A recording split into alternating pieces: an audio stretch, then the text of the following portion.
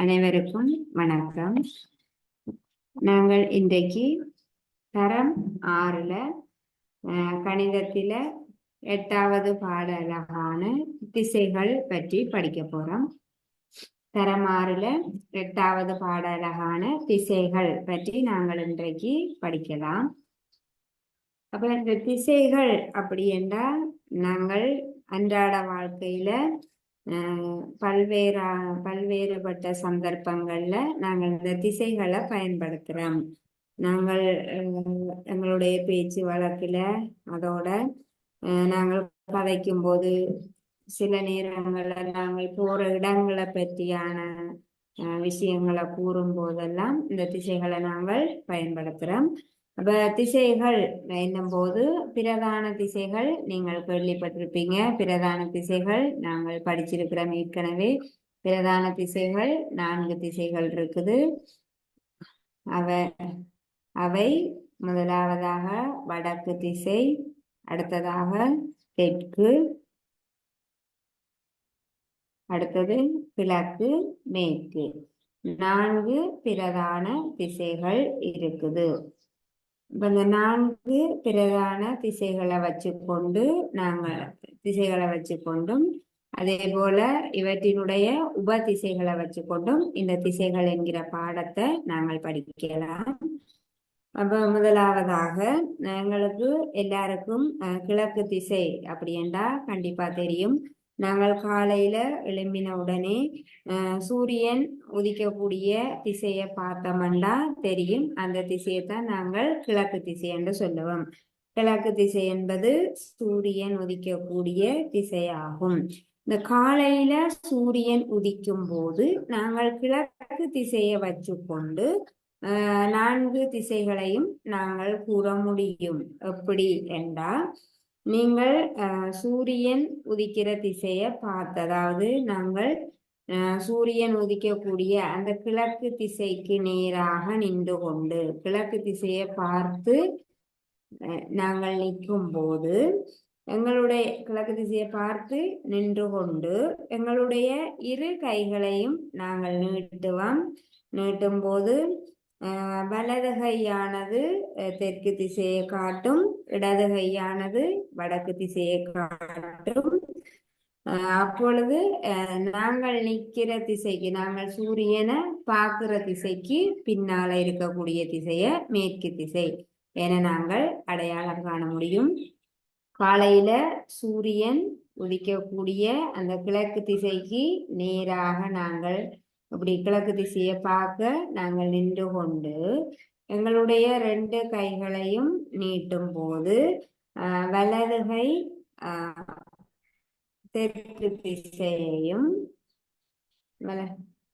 வலது கை தெற்கு திசையையும் இடது கை வடக்கு திசையையும் நாங்கள் நிற்கிற திசைக்கு பின்னுக்கு இருக்கிற திசையானது மேற்கு திசை எனவும் நாங்கள் காலையில இந்த சூரியன் உதிக்கிற திசையை வச்சுக்கொண்டு சூரியனுக்கு நேராக நின்று கொண்டு பார்க்கும்போது இந்த 4 திசைகளையும் நாங்கள் அடையாளம் காண முடியும்.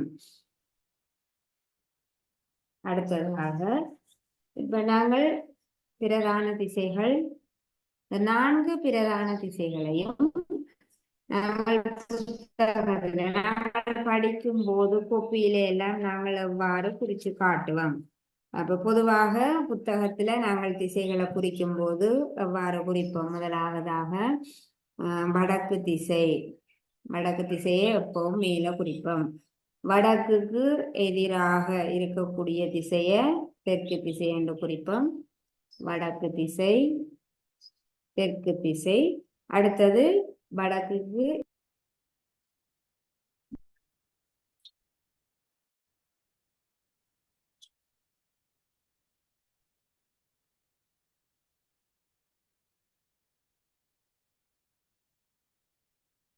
நாங்கள் புத்தகத்துல குறிச்சு காட்டும் போது முதலாவது மேல் பக்கமாக வடக்கு திசையை குறிப்போம். வடக்கு திசைக்கு எதிர்பக்கமாக தெற்கு திசையை குறிப்போம். அடுத்ததாக வடக்கு திசையும் தெற்கு திசையும் குறிச்சிட்டு வலது கை பக்கமாக கிழக்கு திசையை குறிப்போம். இறுதியாக கிழக்குக்கு எதிர்பக்கமாக நேர் எதிராக இருக்கக்கூடிய திசையை மேற்கு திசை என்று நாங்கள் புத்தகத்துல குறிச்சு காட்டுவோம். சில நேரங்கள்ல இப்படி குறிக்கப்பட்டிருக்கும். இந்த வடக்கு திசைக்கு பதிலாக இந்த ஆங்கில எழுத்துக்கள் பயன்படுத்தப்பட்டிருக்கும். வடக்கு வடக்கு வான அல்லது ஆங்கிலத்துல அந்த பெரிய எழுத்து என் என்று குறிச்சு காட்டப்பட்டிருக்கும். என் குறிக்கிறது நார்த், நார்த்தண்டா வடக்கு என்பதற்காக நாங்கள் என்ன குறிச்சு காட்டுவோம். அடுத்தது கிழக்கு என்பதற்காக கேபிட்டல் ஈயை குறிச்சு காட்டுவோம். இ என்பதை குறிக்கிறது ஈஸ்ட், ஈஸ்டண்டா கிழக்கு திசை. அதே போல தெற்கு என்பதை குறிச்சு காட்டுறதுக்காக நாங்கள் எஸ் பயன்படுத்துவோம். எஸ்ஸினால் குறிக்கப்படுவது சவுத், சவுத்தண்டா தெற்கு திசை ஆகும். அடுத்ததாக இந்த மேற்க குறிச்சு காட்டுறதுக்காக கேபிட்டல் டபிள்யூ பயன்படுத்துவோம். டபிள்யூ என்பதனால் குறிக்கப்படுவது வெஸ்ட், வெஸ்டண்டா மேற்கு திசை. அப்ப சில நேரங்கள்ல நாங்கள் இந்த திசையை வடக்கு தெற்கு கிழக்கு மேற்கு அப்படி இல்லாமல் இந்த 4 எழுத்துக்களையும் பயன்படுத்தியும் சில நேரங்கள்ல குறித்து காட்டப்படும். திசையறி கருவியில இந்த எழுத்துக்கள் தான் காணப்படும். வடக்கு கிழக்கு தெற்கு மேற்கு அப்படி என்று இருக்காது. இந்த NESW இந்த 4 எழுத்துக்களையும் வச்சுக்கொண்டு திசையறி கருவியில திசைகளை நாங்கள் இனங்காண முடியும். அப்ப பொதுவாக புத்தகத்துல நாங்கள் கோப்பிகள்ல திசைகள் தொடர்பான கேள்விகள் செய்யும் போது திசைகளை நாங்கள் குறிச்சு இப்படித்தான் குறிச்சு காட்டுவோம். வடக்கு தெற்கு கிழக்கு மேற்கு என்று பயன்படுத்துவோம்.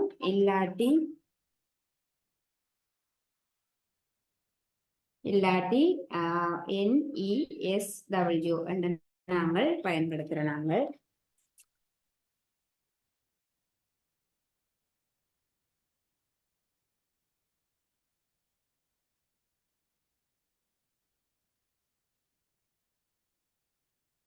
இல்லாட்டி எப்படி திசைகளை பயன்படுத்தி இருக்குமாண்டா, இங்கே N அண்டம், இங்கே S அண்டம், இங்கே E அண்டம், இங்கே W அண்டம், இவ்வாறு திசைகள் நாங்கள் கேள்விகள் செய்யும் போது இப்படி காட்டப்பட்டிருக்கும். இப்படி இருந்தால் நீங்கள் இந்த திசைகளை வடிவ விளங்கி கொண்டு வார கேள்விகளை செய்ய வேணும். N என்பதனால் வடக்கு திசையும், S என்பதனால் தெற்கு திசையும், E என்பதனால் கிழக்கு திசையும், W என்பதனால் மேற்கு திசையும் குறிச்சு காட்டப்படுகிறது. அடுத்ததாக இந்த நாங்கள் இப்ப காலையில திசைய இவ்வாறு இனங்காண முடியும், அடையாளம் காண முடியும். ஆனால் ஒரு குறிப்பிட்ட இடம் ஒன்றிலிருந்து திசைகளை சரியாக அறிவதற்கு, அப்ப நாங்கள் உதாரணமாக ஏதாவது கொஞ்சம் வெளியில நிக்கிறோம், ஒரு இடத்துல நிற்கும் போது எங்களுக்கு தெரியாத திசை, இப்ப எங்கட இடமாண்டா எங்களுக்கு திசைகள் தெரியும். நாங்கள் இருக்கிற இடமாண்டா நாங்கள் எந்த திசையில இருக்கிறோம், வளமையா காலமா சூரியன் இங்கதான் உதிக்கும், அதனால நாங்கள் இந்த திசையில இருக்கிறோம் அப்படின்னு நாங்கள் தெரிஞ்சு வச்சுக்கொள்வோம்.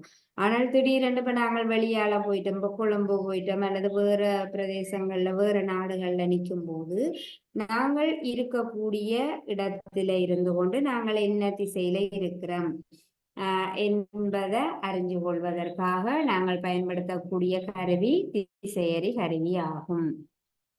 திசையறி கருவி ஆகும்.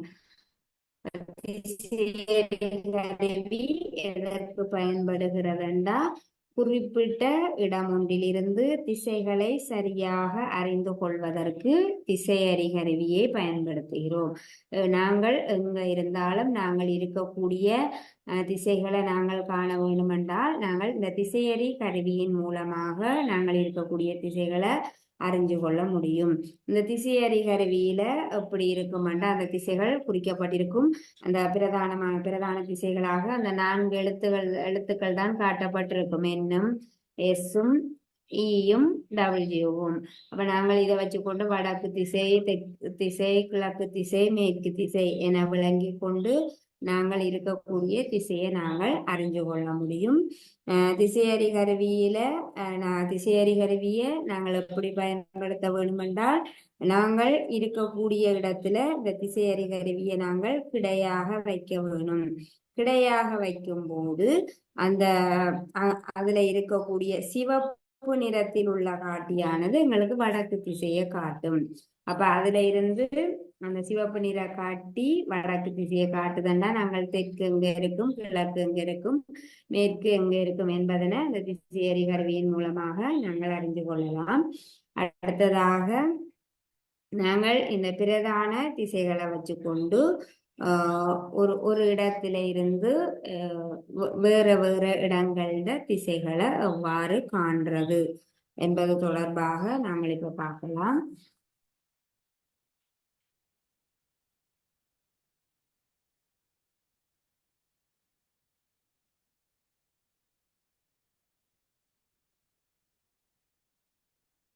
இப்ப பாருங்க, இதுல ஒரு சிறுமி நிக்கிறா.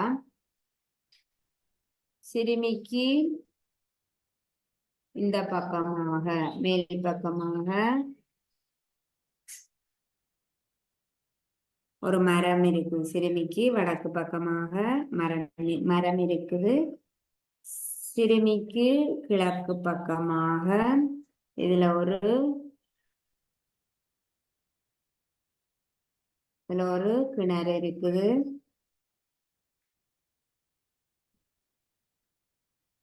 சிறுமிக்கு தெற்கு பக்கமாக இங்க ஒரு கோயில் இருக்குது.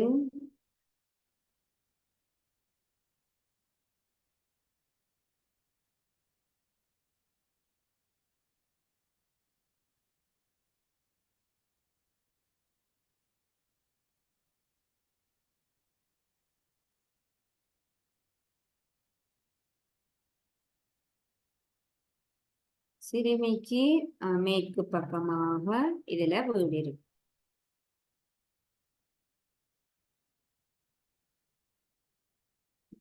சிறுமி இருக்கக்கூடிய இடத்துல இருந்து கொண்டு நாங்கள் சிறுமியை சுத்தி இருக்கக்கூடிய ஒவ்வொரு இடங்களையும் ஒவ்வொரு இடங்களினுடைய திசைகளையும் நாங்கள் கூற முடியும். சிறுமி நடுவுல இருக்கிறா, இங்க மரம் இருக்குது, இங்க கிணறு இருக்குது, இங்க கோவில் இருக்குது, இங்க வீடு இருக்குது. அப்ப நாங்கள் பிரதான திசைகள் 4ஐயும் பயன்படுத்தி சிறுமிக்கு எந்த எந்த திசையில என்னென்ன இருக்குது என்று நாங்கள் இப்ப சொல்ல போறோம். அப்ப சிறுமிக்கு வடக்கு திசை, அப்ப நாங்கள் புத்தகத்துல குறிக்கும் போது வடக்கு திசை எங்க குறிப்போம்? எப்பவுமே வடக்கு திசை மேற்பக்கமாக, கீழே தெற்கு திசை, அப்போ அப்படி குறிப்போம். மேல மேற்பக்கமாக வடக்கு திசை, கீழே தெற்கு திசை, இங்க கிழக்கு திசை, வலது பக்கமாக கிழக்குக்கு எதிர் திசையில மேற்கு திசை காணப்படும். அப்ப இருக்கும். வடக்குக்கு எதிர் திசை தெற்கு திசையாகும். அடுத்தது வடக்குக்கும் தெற்குக்கும் இடையில வலது பக்கமாக இடையில வார திசை கிழக்கு திசை, கிழக்குக்கு எதிர் திசையில இருக்கிறது மேற்கு திசை. இப்ப நாங்கள் இதை வச்சுக்கொண்டு சிறுமி இருக்கிற இடத்துல இருந்து சிறுமிக்கு என்னென்ன திசையில என்னென்ன இருக்குதுன்னு நாங்கள் சொல்லலாம். அப்ப முதலாவது மரம். மரம் சிறுமிக்கு என்ன திசையில காணப்படுது? மரமானது சிறுமிக்கு வடக்கு திசையில காணப்படுது. அடுத்தது கிணறு சிறுமிக்கு கிழக்கு திசையில் கிணறு காணப்படுகிறது. நடுவில் நிற்கிறாள் சிறுமி. சிறுமிக்கு கிழக்கு திசையில கிணறு இருக்குது. சிறுமிக்கு தெற்கு திசையில கோவில் இருக்குது. அடுத்ததாக சிறுமிக்கு மேற்கு திசையில வீடு இருக்குது. அப்ப பாருங்க, சிறுமி இருக்கிற பிரதான திசைகள் 4 திசைகள் எங்களுக்கு தெரியும். 4 திசைகளையும் நாங்கள் புத்தகத்துல எவ்வாறு குறிச்சு காட்டுவோம் என்றும் தெரியும். அதை வச்சுக்கொண்டு சிறுமி இருக்கக்கூடிய இடத்துல இருந்து மரம் என்ன திசையில இருக்குது, கோவில் என்ன திசையில இருக்குது என்று நாங்கள் கூற முடியும். எப்பவுமே மேல வடக்கு திசையை குறிப்போம். வடக்குக்கு எதிர்பக்கமாக தெற்கு திசை, வடக்குக்கும் தெற்குக்கும் இடையில வார மாதிரி வலப்பக்கமாக இருக்கிற திசை கிழக்கு, கிழக்குக்கு எதிரான திசை மேற்கு. ஆகவே சிறுமிக்கு வடக்கு திசையில் மரம் அமைந்திருக்கிறது. சிறுமிக்கு கிழக்கு திசையில் கிணறு இருக்கிறது. சிறுமிக்கு தெற்கு திசையில கோவில் இருக்கிறது. சிறுமிக்கு மேற்கு திசையில வீடு அமைந்திருக்கிறது என்று பிரதான திசைகளை வச்சுக்கொண்டு நாங்கள் ஒரு இடத்திலிருந்து இன்னொரு பொருளோ அல்லது இன்னொரு இடமோ அமைந்திருக்கக்கூடிய திசையை நாங்கள் விவரித்து காட்ட முடியும்.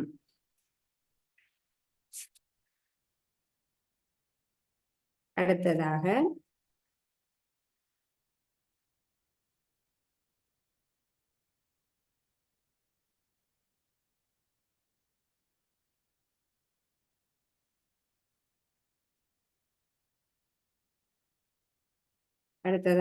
நாங்கள் ஒரு கேள்வி செய்வோம்.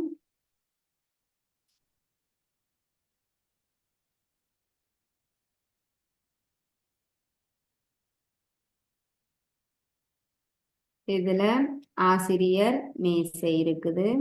ஆசிரியர் மேசை.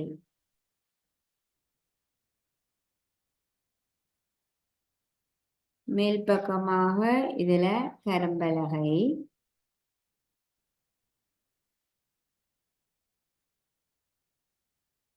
இதுல ஒரு ஜன்னல் காணப்படுகிறது.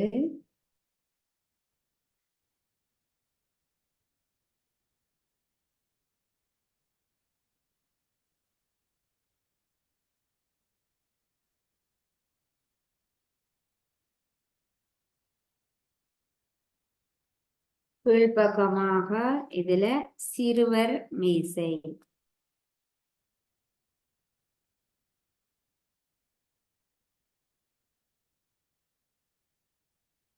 இதுல ஒரு சிறுவர் மேசை காணப்படுது.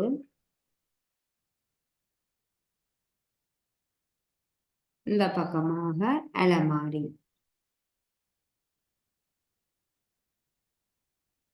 அலமாரி ஒன்று காணப்படுகிறது. நாங்கள் இந்த படத்தை வச்சுக்கொண்டு நாங்கள் கேள்வி செய்ய போறோம்.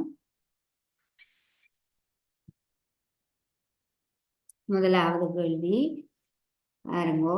ஆசிரியர் மேசைக்கு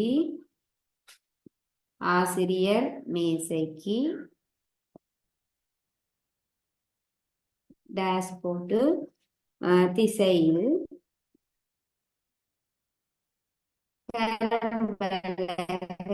உள்ளது.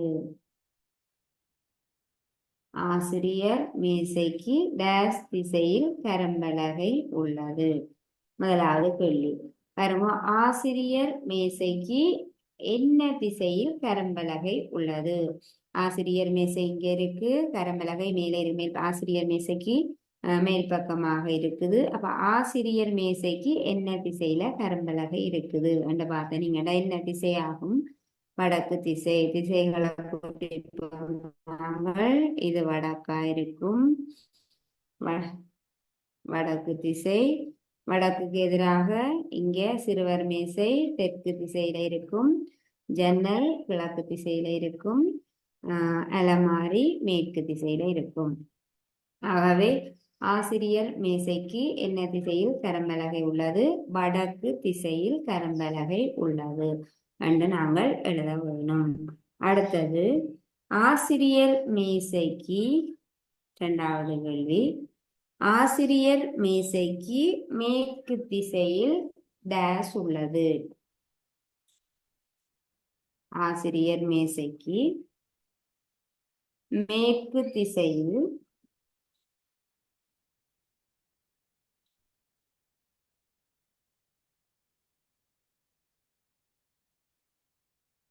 டேஷ் உள்ளது.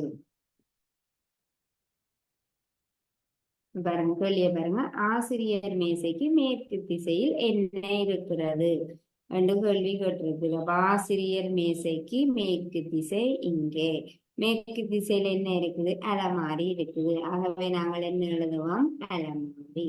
ஆசிரியர் மேசைக்கு மேற்கு திசையில் அலமாரி உள்ளது. இதே போல ஆசிரியர் மேசைக்கு கிழக்கு திசையில என்ன இருக்கிறது என்று கேட்டா ஜன்னல் இருக்கிறது. ஆசிரியர் மேசைக்கு தெற்கு திசையில் என்ன இருக்கிறது என்றால் சிறுவர் மேசை உள்ளது.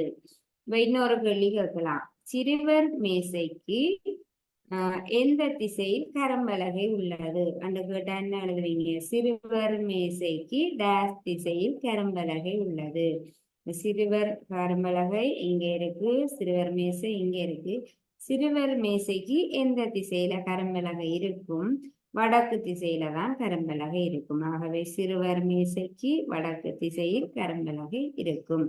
அப்ப பிரதான திசைகள் 4ஐயும் வச்சுக்கொண்டு ஒரு இடத்தில இருந்து நாங்கள் இன்னொரு இடத்தையோ அல்லது பொருளினுடைய திசையை நாங்கள் விவரித்து காட்ட முடியும்.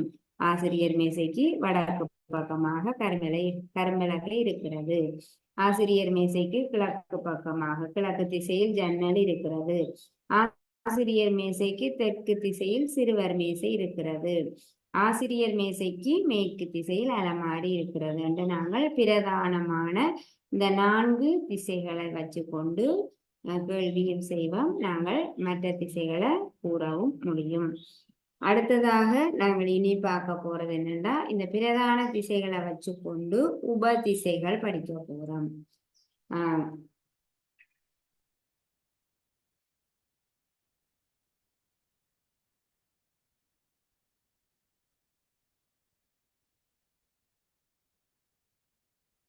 அடுத்ததாக உப திசைகள் அப்படி என்றா என்ன?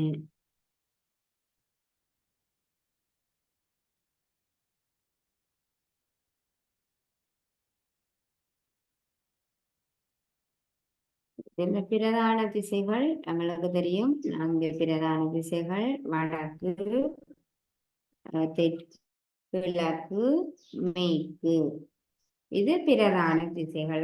உப திசைகள் என்றா இந்த பிரதான திசைகளுக்கு இடையில இருக்கக்கூடிய திசைகள். அது பிரதான திசைகளுக்கு இடையில, ஒவ்வொரு பிரதான திசைகளுக்கும் இடையில இருக்கக்கூடிய திசைகளை நாங்கள் என்ன சொல்லுவோம்டா உப திசைகள் என்போம்.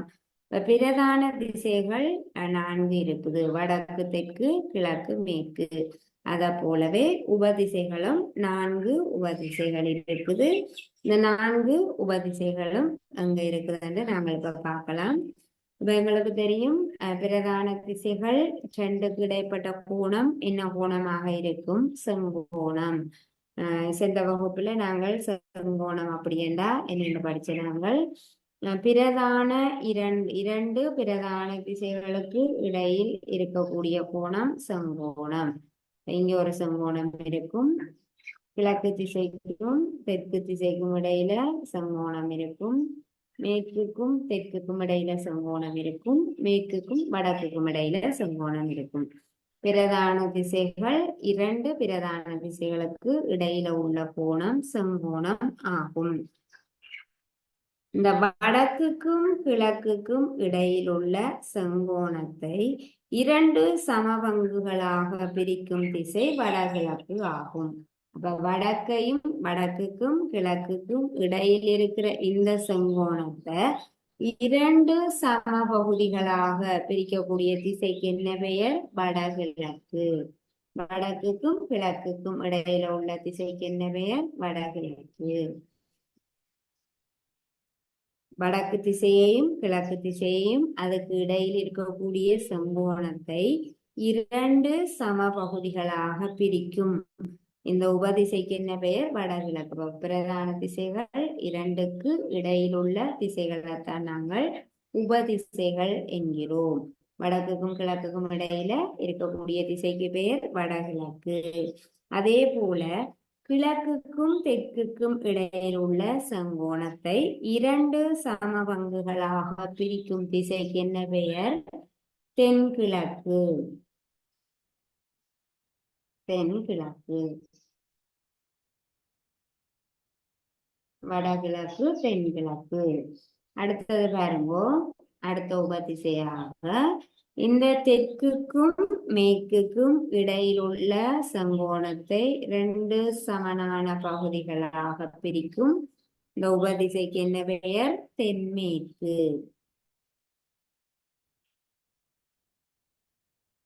தென்மேற்கு. அடுத்ததாக இறுதியாக வடக்கையும் மேற்கையும் அதுக்கு இடையில உள்ள செங்கோணத்தை 2 சமனான பகுதிகளாக பிரிக்கக்கூடிய உபதிசைக்கு பெயர் வடமேற்கு.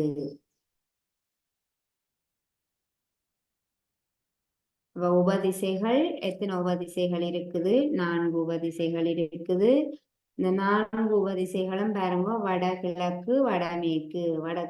கிழக்கு மேற்க பிரதானமா வச்சுக்கொண்டு ஆரம்பிக்க இல்லை.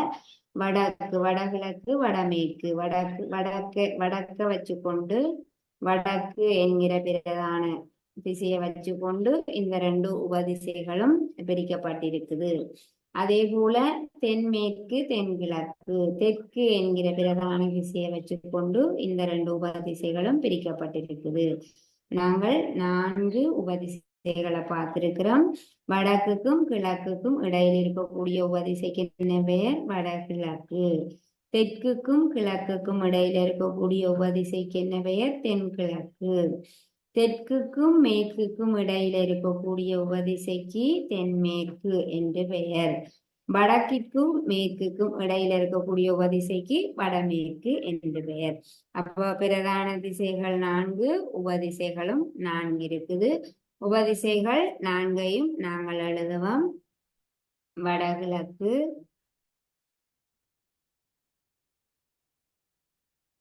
தென்கிழக்கு,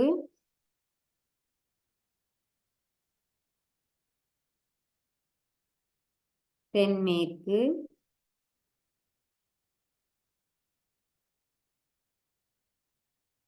வடமேற்கு. உபதிசைகள் 4, உபதிசைகள் 4ஐயும் நாங்கள் எழுதியிருக்கிறோம். இதை நீங்கள் எழுதி கொள்ளலாம். இந்த உபதிசைகள் 4க்கும் இன்னொரு பெயர் இருக்குது. என்ன பெயர் என்றால் வடகிழக்க நாங்கள் ஈசான மூலை என்கிறோம். வடகிழக்க ஈசான மூலை என்றும் கூறலாம். அதே போல தென்கிழக்க நாங்கள் அக்கினி மூலை என்கிறோம். அக்கினி மூலை. தென்மேற்க நிருதி மூலை. அடுத்ததாக வடமேற்க வாயு மூலை. வடமேற்குக்கு இன்னொரு பெயர் வாயு மூலை. நீங்கள் வாயு மூலை இதை நீங்கள் தெரிஞ்சு கொள்ள வேணும்.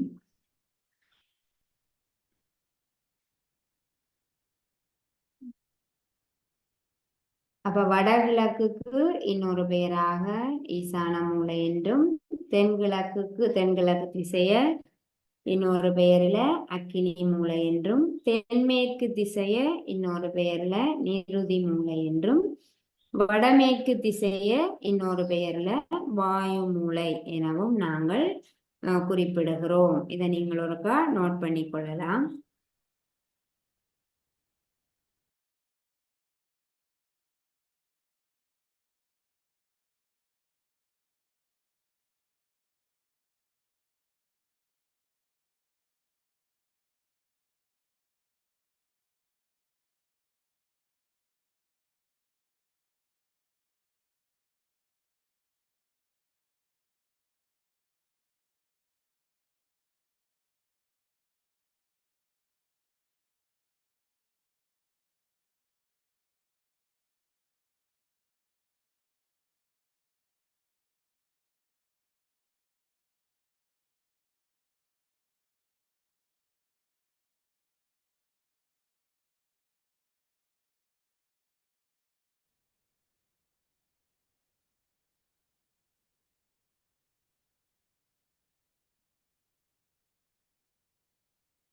அடுத்ததாக இந்த பிரதான திசைகளும் உபதிசைகளும் வார மாதிரியான ஒரு கேள்வி நாங்கள் இப்ப செய்யலாம். கேள்வி உங்களுக்கு டேர்ம் எக்ஸாம்ல கேள்வி இப்படித்தான் இருக்கும். இந்த பிரதான திசைகளும் உபதிசைகளும் இந்த வார மாதிரியான திசைகள் கேட்கிற மாதிரியான கேள்வி இருக்கும். அதுக்கு ஏற்ற மாதிரியான ஒரு கேள்வி நாங்கள் இப்ப பார்க்கலாம். இந்த இடத்துல வீடு அமைஞ்சிருக்கு. வீட்டுக்கு இந்த பக்கமாக வைத்தியசாலை.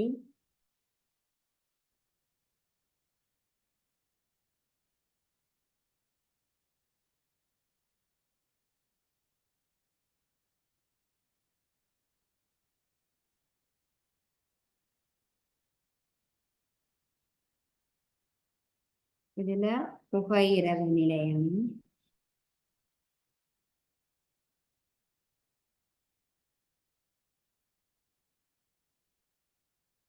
இங்க தபாலகம். கொஞ்சம் இடங்கள் காட்டப்படுது. பாடசாலை.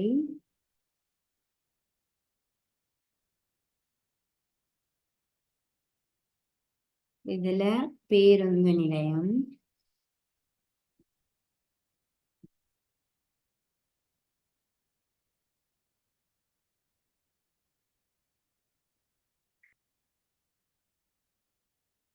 வீடு, வைத்தியசாலை,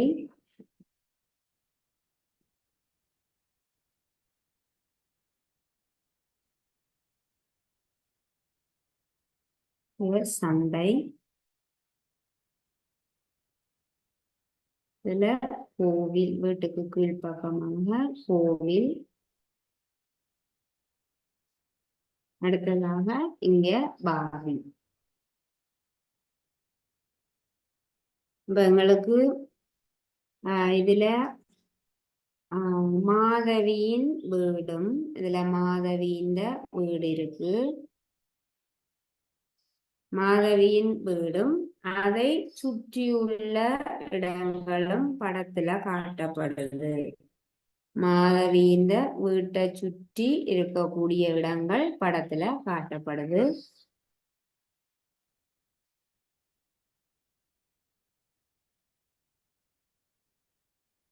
இப்ப இந்த இடங்கள், இந்த அமைவை வச்சுக்கொண்டு நாங்கள் கேள்விக்கு எவ்வாறு விடையளிக்கிறது என்று பார்ப்போம். முதலாவது கேள்வி, வீட்டிலிருந்து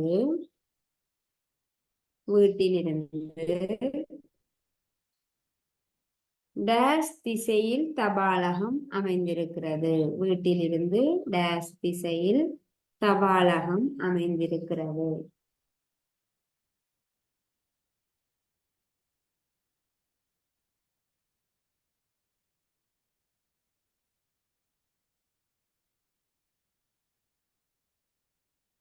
முதலாவது கேள்வி என்னன்னா, வீட்டில இருந்து என்ன திசையில் தபாலகம் அமைந்திருக்கிறது. அப்ப பாருங்க, வீட்டில இருந்து கொண்டு நாங்கள் வீடுதான், மாதவியின் வீட்டை சுற்றி இருக்கக்கூடிய இடங்கள் காட்டப்படுது. நாங்கள் மாதவியின் வீட்டை வச்சு கொண்டு நாங்கள் பிரதான திசைகளையும் உபதிசைகளையும் ஒருக்கா நாங்கள் இனங்கண்டுட்டு கேள்விக்கு வரலாம். இப்ப வீட்டுக்கு மேற்பக்கமாக இங்க வடக்கு திசை இருக்கும். இதுல வடக்குக்கு எதிர்பக்கமாக தெற்கு திசை. அடுத்தது வடக்குக்கும் தெற்குக்கும் இடையில வலப்பக்கமாக கிழக்கு திசை. இங்க மேற்கு திசை. மாதவி இந்த வீட்டுக்கு வடக்கு திசை, வீட்டுக்கு தெற்கு திசை, வீட்டுக்கு கிழக்கு திசை, வீட்டுக்கு மேற்கு திசை. அடுத்ததாக வடக்குக்கும் கிழக்குக்கும் இடையில இங்க வடகிழக்கு திசையில வீட்டில இருந்து வடகிழக்கு திசையில பாடசாலை இருக்குது. வீட்டில இருந்து தெற்குக்கும் கிழக்குக்கும் இடையில தென்கிழக்கு திசையில பாவி இருக்குது. வீட்டுக்கு தெற்குக்கும் மேற்குக்கும் இடையில சந்தை. இந்த தெற்குக்கும் மேற்குக்கும் இடையில சந்தையானது வீட்டுக்கு தென்மேற்கு திசையில் காணப்படுகிறது. அடுத்தது வடக்குக்கும் மேற்குக்கும் இடையில இருக்கக்கூடிய இந்த புகையிரத நிலையமானது வடமேற்கு திசையில காணப்படுது. மாதவியின் வீட்டுக்கு வடக்கு திசையில தபாலகம், மாதவியின் வீட்டுக்கு கிழக்கு திசையில வைத்தியசாலை, மாதவியின் வீட்டுக்கு தெற்கு திசையில கோவில், மாதவியின் வீட்டுக்கு மேற்கு திசையில பேருந்து நிலையம். இப்ப பிரதான திசைகள் உபதிசைகள் எங்கெங்க இருக்குது, இந்த திசையில என்னென்ன இருக்குது அண்டு நாங்கள் ஒரு தெரிஞ்சு வச்சுக்கொண்டு கேள்வி செய்யலாம். வீட்டிலிருந்து டேஸ் திசையில் தபாலகம் இருந்து பார்க்கும்போது என்ன திசையில தபாலகம் இருக்குது? வடக்கு திசையில. ஆகவே நாங்கள் என்ன எழுதுவோம்? வடக்கு திசை. வீட்டிலிருந்து வடக்கு திசையில் தபாலகம் அமைந்திருக்கிறது.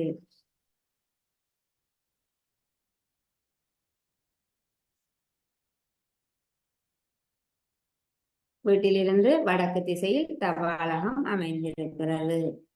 நீங்கள் ஒருக்கா நோட் பண்ணி கொள்ளலாம். அடுத்ததாக 2வது கேள்வி. வாவியில் இருந்து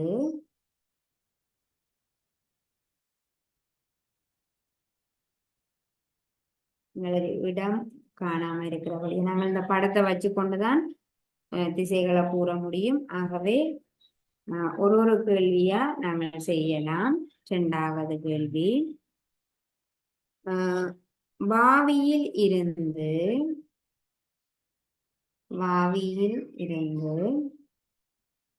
வீடு அமைந்திருப்பது டேஸ் திசையில் ஆகும். வாவியிலிருந்து வீடு அமைந்திருப்பது டேஸ் திசையில் ஆகும்.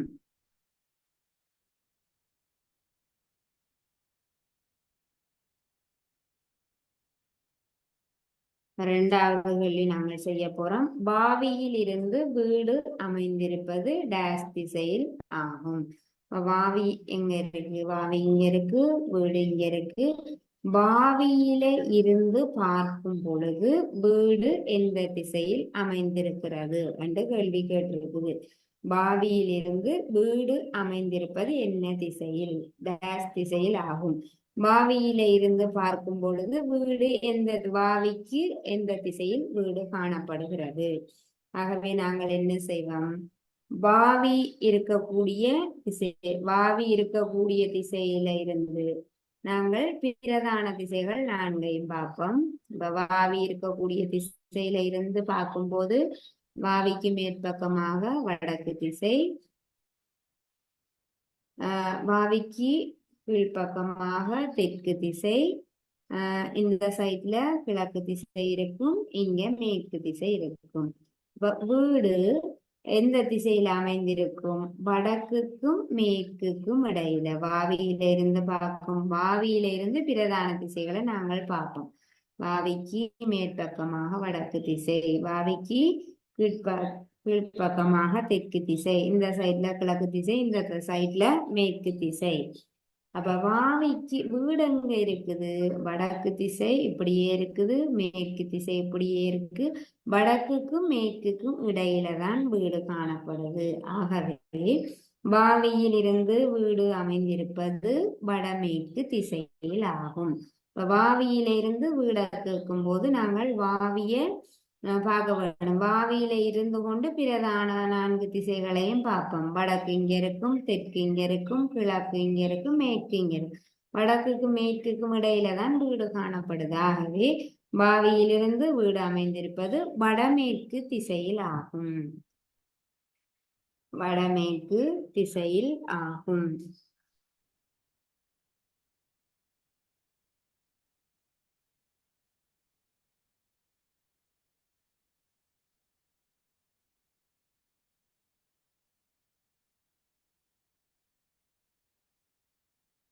அடுத்ததாக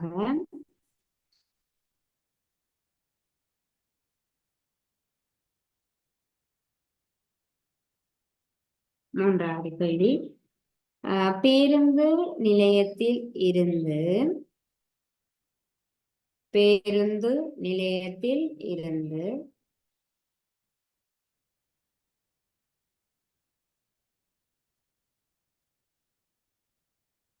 தபாலகத்துக்கு செல்வதற்கு டேஸ் திசையை நோக்கி செல்ல வேணும். பேருந்து நிலையத்தில் இருந்து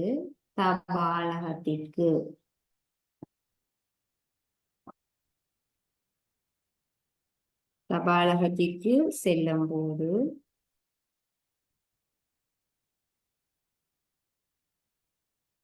டேஸ் திசையை நோக்கி செல்ல வேணும்.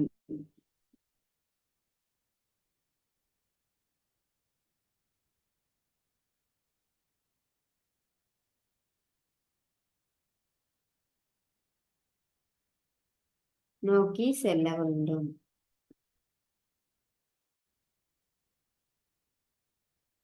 பிள்ளைகள், நீங்கள் இந்த கேள்வி இந்த புத்தகத்துல இருக்கக்கூடிய கேள்விதான். நீங்கள் உங்களோட புத்தகத்தையும் அந்த இருக்கக்கூடிய இடங்களை புத்தகத்துல பார்த்து கொண்டாலும் உங்களுக்கு கொஞ்சம் ஈஸியா இருக்கும். இதுலயும் பார்ப்போம். புத்தகத்துல இருக்கிற இந்த கேள்வியை தான் நாங்கள் செய்யறோம். பேருந்து நிலையத்தில் இருந்து தபாலகத்திற்கு செல்லும் போது டேஸ் திசையை நோக்கி செல்ல வேணும். அப்ப பேருந்து நிலையம் இங்க இருக்குது, தபாலகம் இங்க இருக்குது. இப்ப பேருந்து நிலையத்துல இருந்து தபாலகத்துக்கு இங்க இருந்து இங்க போறதுக்கு என்ன திசையில போக வேணும் என்று கேட்டிருக்குது. பேருந்து நிலையத்தில் இருந்து தபாலகத்திற்கு செல்லும் போது எந்த திசையை நோக்கி செல்ல வேணும்? நாங்கள் என்ன செய்வோம்? பேருந்து நிலையத்துல இருந்து கொண்டு பிரதானமான 4 திசைகளையும் நாங்கள் பார்ப்போம்.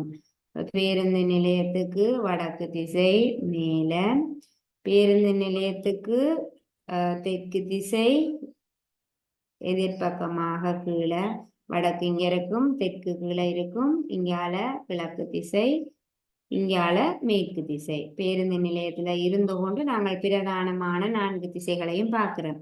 மேல வடக்கு திசை, கீழே தெற்கு திசை, சைட்ல வலப்பக்கமாக கிழக்கு திசை, இங்கால மேற்கு திசை.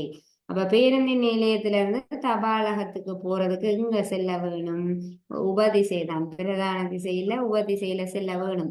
எதுக்கு? எந்த திசைக்கும் எந்த திசைக்கும் இடையில உள்ள உபதிசை. அப்ப வடக்குக்கும் கிழக்குக்கும் இடையில போக வேணும். அப்ப வடக்குக்கும் கிழக்குக்கும் இடையில உள்ள உபதிசை என்ன பெயர்? வடகிழக்கு. ஆகவே பேருந்து நிலையத்திலிருந்து தபாலகத்துக்கு போறதுக்கு இப்படியே போக வேணும். அப்ப வடக்கு பேருந்து நிலையத்துக்கு வடக்கு பக்கமாக புகையிரத நிலையம் இருக்குது.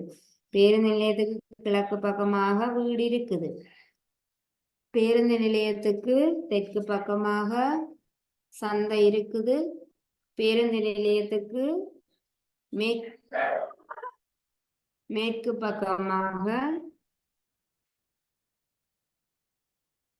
மேற்கு திசை இங்கே காணப்படுது. ஆகவே அப்ப நாங்கள் பேருந்து நிலையத்தில இருந்து தபாலகத்துக்கு போறதுக்கு எந்த 2 திசைகளுக்கும், புகையிரதத்துக்கும் வீட்டுக்கும், புகையிரத நிலையம் இருக்கக்கூடிய திசைக்கும் வீடு புகையிரத நிலையம் இருக்கக்கூடிய திசையான வடக்கு திசைக்கும் வீடு இருக்கக்கூடிய திசையான கிழக்கு திசைக்கும் இடைப்பட்ட திசையில நாங்கள் போக வேணும். ஆகவே வடக்குக்கும் கிழக்குக்கும் இடையில உள்ள திசையான வடகிழக்கு திசையை நோக்கி நாங்கள் செல்ல வேணும். நீங்கள் எழுதி கொள்ளலாம்.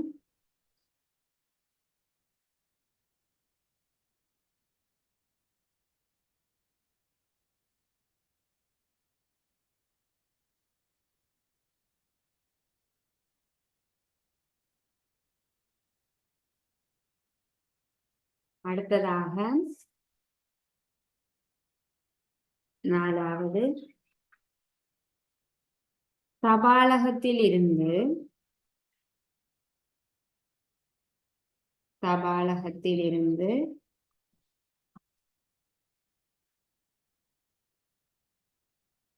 மீண்டும் பேருந்து நிலையத்திற்கு செல்வதற்கு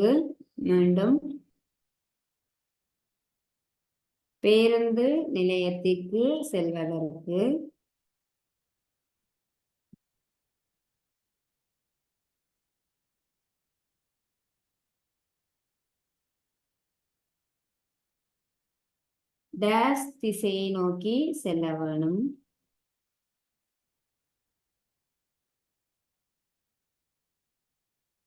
நோக்கி செல்ல வேண்டும் என்று கேள்வி கேட்டிருக்கு.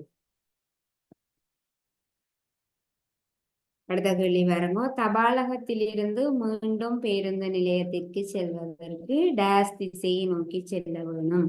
இப்ப நாங்கள் பேருந்து நிலையத்தில இருந்து தபாலகம் தபாலகத்துக்கு செல்றதுக்கு என்ன திசையில போக வேணும் என்று பார்த்த நாங்கள். அடுத்தது தபாலகத்தில இருந்து மீண்டும் பேருந்து நிலையத்துக்கு வாரதுக்கு என்ன திசையை நோக்கி செல்ல வேணும் அப்படி என்று கேள்வி கேட்டிருக்குது. ஆகவே நாங்கள் என்ன செய்வோம், தபாலகம் இருக்கக்கூடிய இடத்துல இருந்து பிரதான 4 திசைகளையும் பார்ப்போம். அப்ப தபாலகத்துக்கு இங்கால வடக்கு திசை, மேற்பக்கமாக தபாலகத்துக்கு வடக்கு திசைக்கு எதிர்பக்கமாக தபாலகத்துக்கு தெற்கு திசையில வீடு காணப்படும்.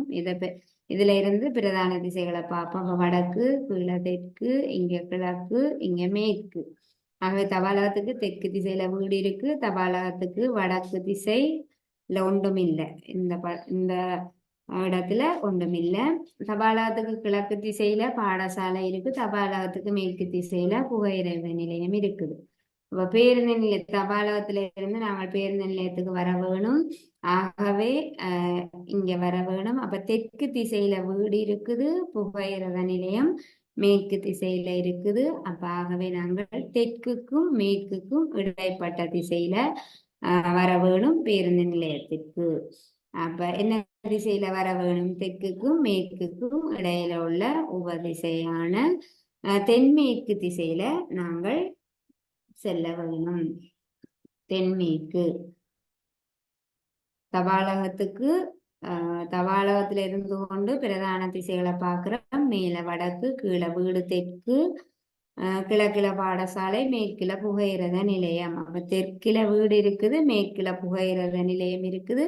இதுக்கு இடையில தான் நாங்கள் வர வேணும். ஆகவே தென்மேற்கு திசையில செல்ல வேணும் பேருந்து நிலையத்துக்கு செல்வதற்கு.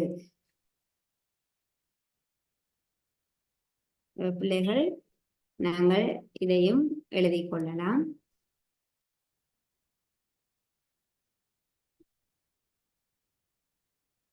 ஆகவே பிள்ளைகள் இன்றைக்கு நாங்கள் இந்த திசைகள் தொடர்பான விஷயங்களை பார்த்து நாங்கள் திசைகள் உபதிசைகள் பற்றி படிச்ச நாங்கள். மீண்டும் இந்த பாடத்தினுடைய தொடர்ச்சியை அடுத்த வகுப்புல பார்க்கலாம். தேங்க்யூ பிள்ளைகள்.